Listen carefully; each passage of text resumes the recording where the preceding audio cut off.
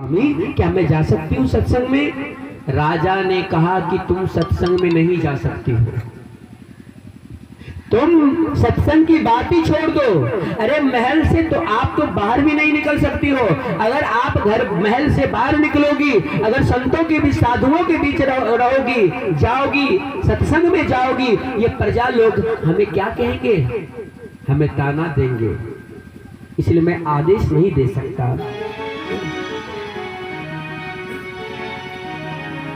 लेकिन रानी ने कहा, हे स्वामी, अगर आप मुझे नहीं जाने के लिए दे रहे हो बाहर, तो कम से कम घर में ही तो सत्संग भवन बना दो ना। हाँ, ये हो सकता है, घर में मंदिर बन सकता है, लेकिन मैं तुम्हें बाहर जाने के लिए आदेश नहीं दे सकता। तो वहां बहुत सुंदर मंदिर बनाया है, बहुत सुंदर भगवान की प्रतिमा प्रतिष्ठित कर दिया। अच्छा, जहां मंदिर आपके गांव में होगा, साधु पहले मंदिर में जाएंगे। आपके गांव में क्यों नहीं मंदिर है, घर पे क्यों नहीं है? लेकिन अगर साधु देख लेते कि वहां मंदिर है, तो संत क्या करते? पहले वही जाएंगे, पहले ठाकुर जी का दर्शन करने के लिए ही जाएंगे ना।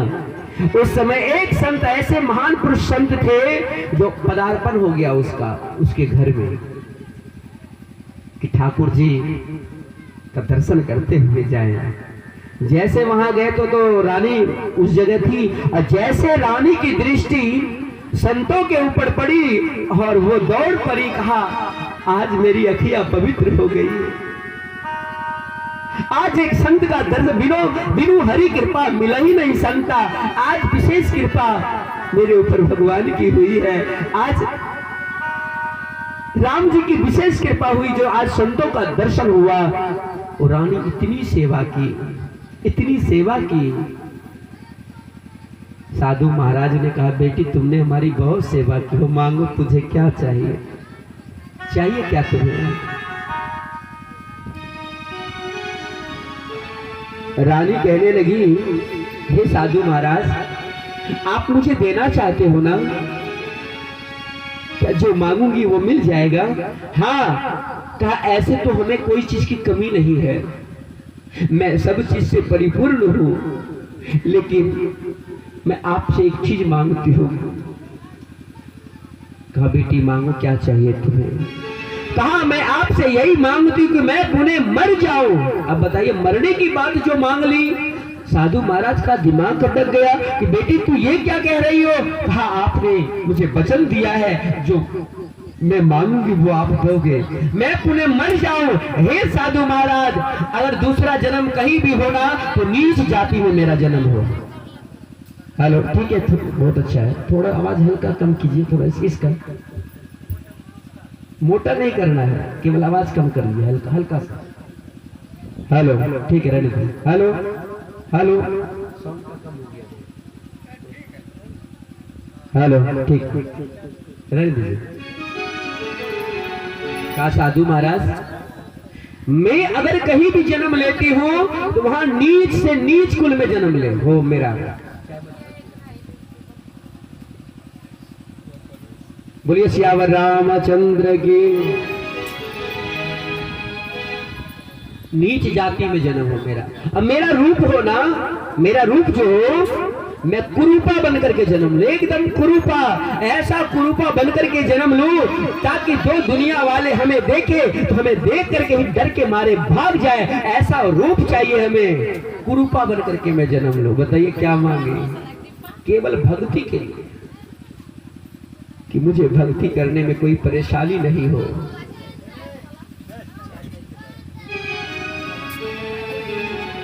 इसीलिए ऐसा रूप मांगे।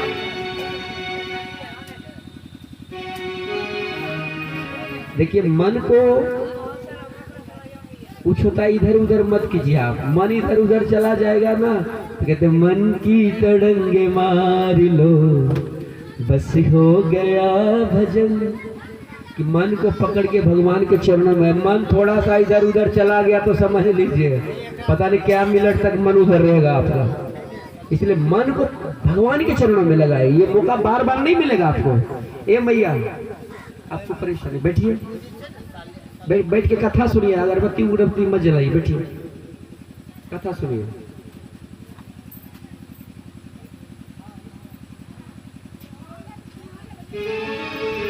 केवल भक्ति के लिए सबरी ने कहा मैं कुरूपा बन जाऊं, मैं कुरूपा बनकर के जन्म लूं। कहा बेटी वैसे तो मैं तूने क्या मांग लिया, लेकिन चलो। कहा जैसी मति वैसी गति। जैसे सबरी ने कहा, सबरी ने सोचा कि आत्महत्या करना जैसा कोई अपराध नहीं है, कोई पाप नहीं। हे परमात्मा, लेकिन भक्ति के लिए मैं करने के लिए जा रहा हूं, केवल भक्ति के लिए मैं करने के लिए जा रही हूं। और उन्होंने क्या किया, आधी रात्रि में उन्होंने छलांग लगा दिया एक कुआं में। एक कुआं में जाकर के वो रानी छलांग लगा देती है। राजा ढूंढने लगे कि मेरी रानी गई कहां। अरे पता लगाओ वो कहां गई। यत्र तत्र ढूंढा, बहुत जगह ढूंढा, नहीं मिला, लेकिन एक कुआं में उसका पार्थिव शरीर मिला। शरीर से आत्मा निकल गई थी। राजा रोने लगा। वही रानी फिर तीसरा जन्म जो हुआ उसका, तीसरा जन्म कहां जन्म लेती है। एक राजा था फरसा नाम का, फरसा नाम का एक राजा था और उसके पास में कोई संतान नहीं थी। उन्होंने भगवान से मन्नतें मांगे थे कि मेरे घर कोई अगर पुत्र और पुत्री की प्राप्ति हो जाए। तो बहुत सारे कामनाएं होते हैं, कोई मन्नत होते हैं, तो मांगे थे। तो उन्हीं के घर में, ध्यान दीजिएगा, उन्हीं के घर में वो सवर जाति सवर थे, मतलब उसी के घर जाकर के जन्म लिया शबरी। और जैसे जन्म लिया तो इतना काला कलोटी, इतनी काली कलोटी थी वो, उसका रूप एकदम बिल्कुल कुरूपा के जैसा। एक बार उसकी माँ भी देखी तो उसको देख करके घबरा गई। लेकिन बच्चा तो सभी को प्रिय होता है, चाहे पुत्र हो या पुत्री हो, तो माँ के लिए और पिता के लिए तो वो सबसे प्राण से भी प्यारा होता है। उसको हृदय से लगा करके उसका पालन पोषण कर। देखिए सबर जाति में जन्म ली, इसलिए उसका नाम पड़ गया सबरी। बोलिए सबरी मैया की। सबरी नाम पड़ गया। और भील जाति की थी, इसलिए नाम पड़ गया भीलनी। भीलनी सवारे आएंगे मेरे राम जी, भीलनी पड़ गया सबरी। लेकिन भक्ति जो मांगी थी, तो जब सबरी थोड़ी थोड़ी बड़ी हो गई, जब विवाह की योग हो गई, सबरी एकांत में जाती थी। ध्यान दीजिए, एकांत में बैठ करके बड़बड़ाती रहती है कुछ ना कुछ। बड़बड़ाती नहीं थी वो, उपांशु जाप करती। जाप 4 प्रकार का होता है। कितने प्रकार का जाप होता है। जैसे आप दीक्षा लिए हो, कोई गुरु का दीक्षा लिए हैं आप, तो उसमें जाप करने के लिए भी बताते होंगे, नहीं ध्यान करने के लिए बता, हर चीज। वैसे 4 प्रकार का जाप होता है। जो आपने गुरु बताया होगा आपको, स्वरूप का ध्यान होता है ना, कोई स्वरूप का ध्यान होता है। जैसे आपका इष्टदेव राम जी है, तो राम जी को पहले आगे तस्वीर रखो, ठीक है, भगवान राम के तस्वीर को आगे में रखो और पहले उसके चरण का ध्यान करो, फिर उसका घुटना का ध्यान करो, हृदय का ध्यान करो, नयन का ध्यान, एक एक अंग का ध्यान करो। भगवान राम के एक एक अंग का ध्यान करो। जब वो छवि, जब वो स्वरूप आपके हृदय में जब उतर जाएगी, तो भैया तब फोटो रखने की कोई आवश्यकता नहीं पड़ती है। बहुत इंपॉर्टेंट बात है, थोड़ा ध्यान दीजिएगा। अच्छा, तब फोटो रखने की कहीं आवश्यकता पड़ेगी? अरे कहीं बैठे उस स्वरूप का एकदम चित्त बैठ जाएगा, नहीं। हमारे राम जी के स्वरूप हृदय में जब आप उतार लोगे, 4 प्रकार का जाप होता है। जाप कितने 4 प्रकार का। पहला जाप होता है वाचिक जाप। वाचिक जाप किसे कहते हैं? जैसे बोल करके ओम उच्चारण करते हैं, राम मतलब ध्वनि बाहर निकल रही है, इसको कहते हैं वाचिक जाप, बोल करके। दूसरा होता है उपांशु जाप। उपांशु जाप कैसे किया जाता है? मतलब ठोर हिल रहा है, जी हिल रहा है, मतलब ध्वनि बाहर नहीं निकल रही है, उसको कहते हैं उपांशु जाप। और तीसरा जाप होता है मानस जाप। मानस जाप में ना ठोर हिलता है ना जी हिलता है, भीतर ही मंत्र चल रहा है, सांस क्रिया के द्वारा। और चौथा जाप जो होता है वो होता है अजपा जाप। जैसे सोते जब शयन करने के लिए जाइए तो भगवान के नामों में खो जाइए, मतलब जब खो जाइएगा तो अपने आप जाप होने लगा, इसीलिए उसको कहते हैं अजपा जाप। सबसे बड़ा जाप होता है। सोते समय में भी समाधि में चले जाएंगे, भजन में चले जाएंगे। तो सबरी जो जाप कर रही थी वो उपांशु जाप कर, एकांत में चली गई सबरी, बैठ के बरबरा रही थी। तो कोई रिश्ते वाले उसके यहाँ नहीं आते थे, क्योंकि सबरी का जो रूप था वो कुरूपा थी। 3 व्यक्ति अक्सर जागते हैं। कौन कौन जागते हैं जानते हैं? 3 व्यक्ति अक्सर नींद नहीं आता उसको। जागे जोगी। जोगी को देखिएगा, जो साधु संत होते हैं वो क्या करते हैं? 3 बजे जगते हैं, याद रखिएगा। आजकल तो कितना 10-10 बजे जगते हैं, 10 बजे जगेंगे। वैसे 3 बजे जगना चाहिए, हर मानव को 3 बजे जगना चाहिए, जग जाना चाहिए। और 3 बजे जग करके देखिएगा महात्मा लोग क्या करेंगे। कभी तो महात्मा लोग रात्रिये में जग करके ध्यान साधना करते हैं। हमारे वो लाल बाबा है, लाल बाबा बहुत अच्छे संत हैं। लाल बाबा जो कि अग्नि पर भी चलते हैं और जल में भी साधना करते हैं, मतलब जल पर भी सो जाते हैं। उसका वीडियो भी है, जल में भी सोते हैं, एकदम सो जाते हैं। माह 15 दिन तक वो लाल बाबा साथे में थे, लेकिन आश्रम चले गए हैं। कभी होगा तो जरूर उनका दर्शन होगा। हमारे लाल बाबा को मैं देखा करता था अक्सर कि रात्रि में भी जग करके ध्यान पर बैठ जाते थे। अब माला तो 24 घंटा चल ही रहा है, ध्यान दीजिएगा। तो उस समय अजपा जाप जो होता है, जो अपने आप जाप होने लगता है, वो अपने आप समाधि में चले जाएगा, अपने आप जाप। सबरी जो है वो कौन सी जाप करती थी? उपांशु जाप करती थी, उपांशु। 3 व्यक्ति अक्सर जागता है, कौन? जागे जोगी, जागे जुआरी, जागे वो जिसके घर में है बेटी कुंवारी। जोगी को नींद नहीं आता, रात्रि में जग करके भी वो भजन करते हैं। जुआरी को देखिएगा, जुआरी सबको देखिएगा, दीपावली के दिन कुछ घसकल दास क्या करते हैं? जुआ खेलते हैं,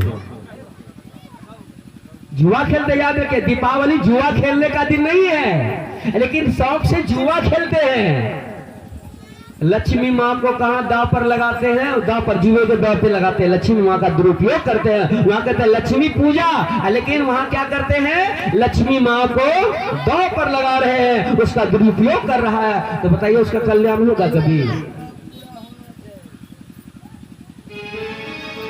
कभी कल्याण होने वाला नहीं। रात्रि भर जग करके जुआरी जुआ खेलता है। और जागे वो जिसके घर में है बेटी कुमारी। अच्छा, जिसके घर में बेटी कुमारी है, विवाह की योग हो गई है, कोई वर की व्यवस्था नहीं हो पा रही है, तो पति पत्नी रात्रि भर जगते हैं। जा करके दोनों विचार करते हैं कैसे होगा, कैसे वर वाले आएंगे, कैसे हमारे घर रिश्ते वाले आएंगे, मतलब जागते हैं। 3 व्यक्ति अक्सर जागते हैं। सबरी की माता पिता उसको नींद नहीं आती थी। पता नहीं मेरी बेटी को क्या हो गया, कोई नजर लगा दिया है, मेरी बेटी पता नहीं एकांत में जाकर के बरबराती रहती है, पता नहीं क्या बोलती है। जानते हैं, एक वर का व्यवस्था किया उन्होंने, सोचा कि चलो इसकी विवाह कर देनी चाहिए। क्या कहा? आप सबरी की विवाह कर देनी चाहिए, ताकि हो सके संसार में मन इसका लग जाएगा, है ना, संसार में मन लग जाएगा। एक लड़का विवाह करने के लिए तैयार हो गए। कुछ बोल रहे क्या महाराज?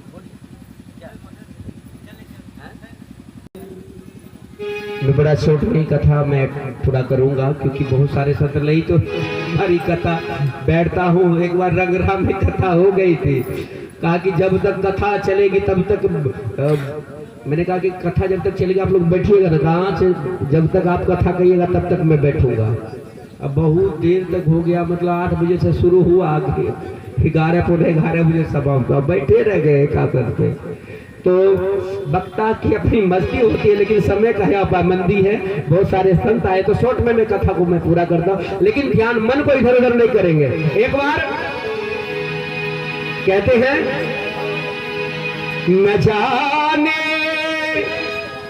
किस गली में अरे जिंदगी की शाम हो जाए, ना जाने किस गली में जिंदगी का शाम हो जाए। अच्छा एक बात बताइए, मौत आती है तो